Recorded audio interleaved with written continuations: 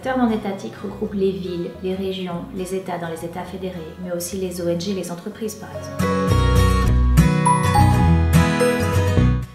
Les acteurs non étatiques jouent un rôle essentiel pour réduire les émissions de gaz à effet de serre eux-mêmes et aussi pour mobiliser et entraîner les acteurs de leur territoire. Par exemple, les villes consomment les 2/3 de l'énergie mondiale et sont donc de grosses émettrices de gaz à effet de serre. Mais elles ont aussi certains leviers pour réduire ces émissions via la planification urbaine, les politiques de transport, la gestion des déchets par exemple. Elles peuvent aussi entraîner dans cette grande dynamique de réduction tous les acteurs du territoire, ménages, entreprises, associations, en les sensibilisant, les accompagnant, voire les obligeant dans cette voie.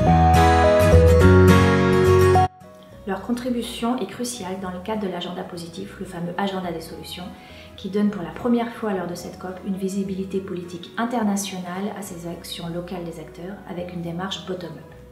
Tous ces engagements vont servir à rendre plus tangibles les engagements des États dans l'accord de Paris. En 2014, évaluant 15 grandes initiatives mondiales d'engagement d'acteurs non étatiques, un rapport du Programme des Nations Unies pour l'environnement estime ce potentiel de réduction des émissions à 3 gigatonnes de CO2 sur les 17 nécessaires pour rester sous le seuil des 2 degrés. Ils sont donc très importants. À I4C, nous avons analysé les 4 conditions clés pour que ce dynamisme local soit bien porté dans la COP. La bonne intégration de ces initiatives dans les engagements des États, la crédibilité de leurs actions avec un système de suivi fiable et adapté aux acteurs locaux, des facilités financières adaptées et un partage efficace des expériences.